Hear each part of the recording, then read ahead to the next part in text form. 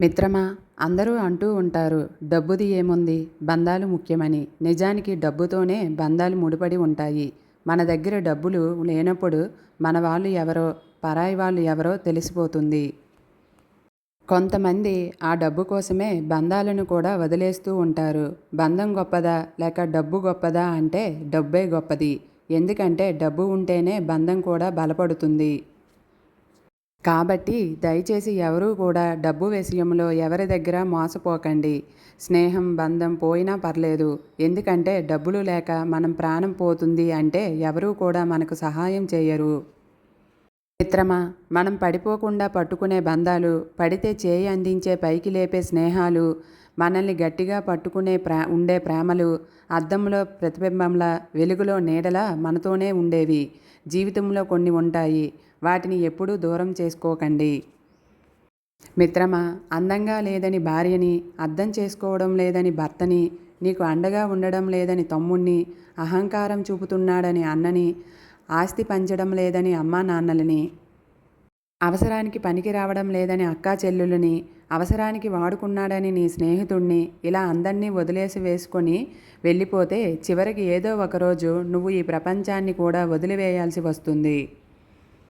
మిత్రమా, ధనవంతుడు కావడం గొప్ప కాదు, అహంకారం లేకుండా ఉండగలగడం గొప్ప. ఉన్నత స్థాయికి వెళ్ళడం గొప్ప కాదు, ఏ స్థాయికి వెళ్ళినా వచ్చిన స్థాయిని మర్చిపోకపోవడం గొప్ప. సమయంతో పోటీ పడుతూ పరిగెత్తడం గొప్ప కాదు. మనల్ని నమ్ముకున్న వాళ్లకు ప్రేమను పంచేందుకు సమయం కేటాయించడం గొప్ప.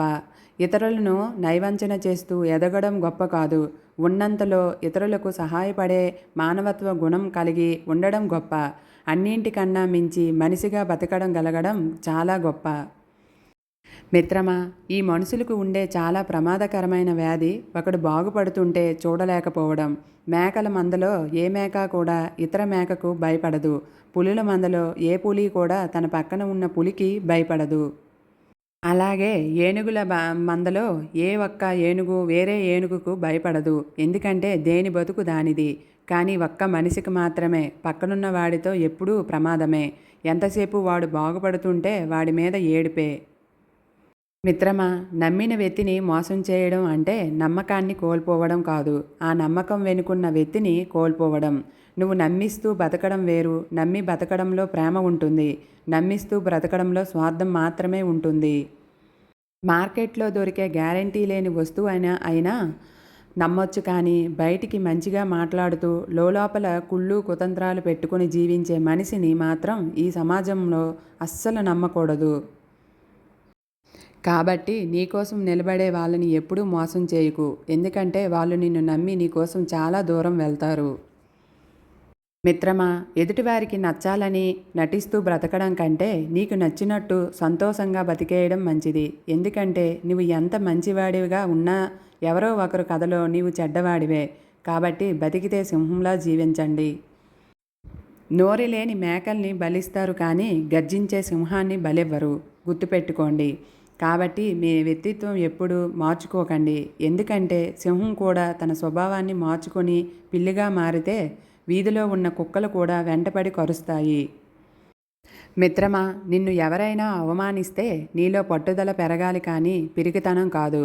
అవమానించరు అని కుమిలిపోవద్దు. వారికి తగిన సమాధానం చెప్పాలే కానీ నోరు మూసుకొని మాత్రం కూర్చోవద్దు. అది నీ అసమర్థత అవుతుంది. నేను ఏదైనా అనుకుంటే సాధించగలను అనే నమ్మకం నీలో ఉండాలి. జీవితంలో ప్రయత్నం మాత్రమే ఆపకు. ఫలితం ఈరోజు కాకపోయినా రేపైనా వస్తుంది అన్న నమ్మకంతో ఉండు. జీవితంలో ప్రతి ఒక్కడు బాగా బతకాలని అనుకుంటాడు, కానీ పక్కన ఉన్నవాడు మాత్రం నిన్ను అలా బతకనివ్వడు. చెడిపోతే అప్పుడు తనని వేలెత్తి చూపించేవాడు ఉండడు కదా అని ఆలోచన ఉన్నవాళ్ళు నీ చుట్టూ చాలామంది ఉన్నారు. నువ్వు అలాంటి మేకవన్నిన పులుల సవాసం చేశావు అంటే వాళ్ళు నువ్వు చేస్తే చెత్త పనిని కూడా చాలా గొప్పగా నీకు చూపిస్తారు. తీరా నువ్వు దాంట్లో ఇరుక్కున్నాక నిన్ను పక్కకు నెట్టి తనకి ఏమీ సంబంధం లేదని చేతులు దులిపేసుకుంటారు. అందుకే మిత్రమా, చాలా జాగ్రత్తగా ఉండాలి. జీవితం అంటే సులభం కాదు. మిత్రమా, డేగతో పోరాడాలి అని ధైర్యం చేసే ఏకైక పక్షి కాకి. డేగ వెనక భాగంలో కూర్చొని మెడ మీద పొడుస్తుంది, కాకి. అయినా డేగ ఏమాత్రం స్పందించదు. కాకితో పోరాడదు. ఎందుకంటే కాకి కోసం ఆలోచించి డేగ తన సమయాన్ని, శక్తిని వృధా చేయదు. డేగ కేవలం తన రెక్కలను తెరిచి ఆకాశంలో పైకి పైకి ఎగరడం ప్రారంభిస్తుంది. డేగ అలా పైపైకి ఎగిరే కొద్దీ కాకికి ఊపిరి పీల్చుకోవడంలో కష్టం అవుతుంది. ఆపై ప్రాణవాయువు లేకపోవడం వల్ల కాకికి ఊపిరాడక కింద పడిపోతుంది. కాబట్టి నువ్వు కూడా ఈ కాకులు లాంటి జనాల మాటలు పట్టించుకొని మీ సమయాన్ని వృధా చేసుకోకండి. వారికి అందనంత ఎత్తుకు మీరు ఎదిగితే మిమ్మల్ని చూసి వాళ్ళే నోరు మూసుకుంటారు. మిత్రమా, నిజం చెప్పకపోవడాన్ని అబద్ధం అంటారు. అబద్ధాలే నిజం చేయాలనుకోవడాన్ని మోసం అంటారు. ఎవరైనా కోపంతో ఒక దెబ్బ కొడితే కొన్నాళ్ళకు మర్చిపోతాం. కానీ మన దగ్గరే ఉండి మంచిగా నటించి మన నమ్మకం మీద దెబ్బ కొడితే దానివల్ల బాధపడ్డ మన మనసు కొన్నాళ్ళకు ఈ సమాజాన్ని నమ్మడమే మానేస్తుంది. తెలివి ఉందని ఎదుటివారిని ఎప్పుడూ మోసం చేయడానికి ప్రయత్నించకండి. ఎందుకంటే భగవంతుడు అందరికంటే తెలివైనవాడు. ఖచ్చితంగా చివరకు మీరే మోసపోయేలా చేస్తాడు. జీవితంలో ప్రతి ఒక్కరూ ఏదో ఒకటి సాధించాలి అనుకుంటారు. కానీ ఆ సాధించే విజయం ఎలా ఉండాలి అంటే ఒక్కసారి మిమ్మల్ని ఎందుకు పనికిరాడు, మీ దగ్గర ఏముంది అని అడిగిన వారికి, అదేవిధంగా వీడికి ఏ పని చేతకాదు అన్నవాడికి మీరు సాధించబోయే విజయం వారికి ఒక చెంపదెబ్బలా ఉండాలి. అదే మిమ్మల్ని హేళన చేసిన వారికి మీరిచ్చే పెద్ద బహుమతి. మిత్రమా, మీకంటే పైన ఉన్నవాడిని చూసి బాధపడకండి. మీపై మీకు అసహ్యం వేస్తుంది. మీకంటే తక్కువ ఉన్నవాడిని చులకనగా చూడకండి. మీకు తలపొగరు వస్తుంది. మిమ్మల్ని మీరు ఎవరితోనూ పోల్చుకోకండి. మీరు మీలాగే ఉండండి. అప్పుడే గెలవాలని నమ్మకం వస్తుంది. మిత్రమా, గొడ్డలతో గాయపడిన చెట్టు మళ్ళీ చిగురించవచ్చు. కానీ మాటలతో గాయపడిన మనసు ఎప్పటికీ ఇంతకు ముందులా ఉండలేదు. కాబట్టి జీవితంలో ఎవరినీ తగ్గించి మాట్లాడకూడదు.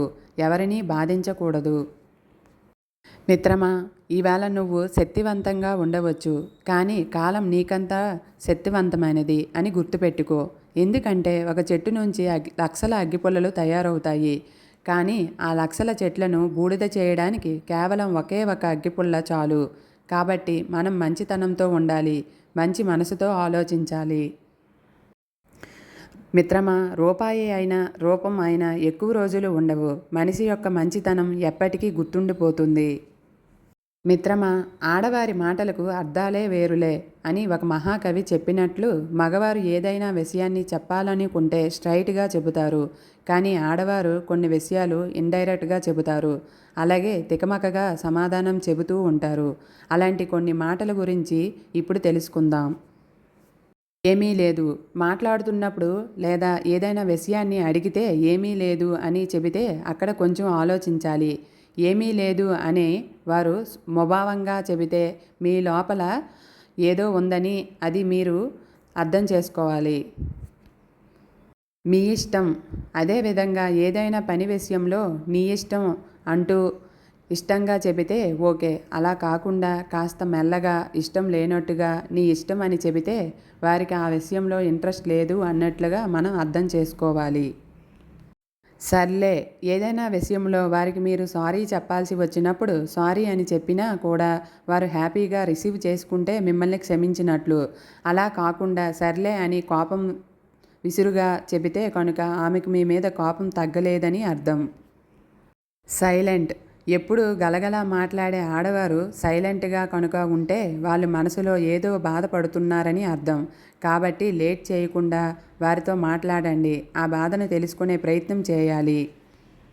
మిత్రమా, నీరు పెట్టకుండా పెరిగేవి రెండే రెండు. ఒకటి పొలంలో కలుపు, రెండు మనసులో డబ్బు వల్ల వచ్చిన బలుపు.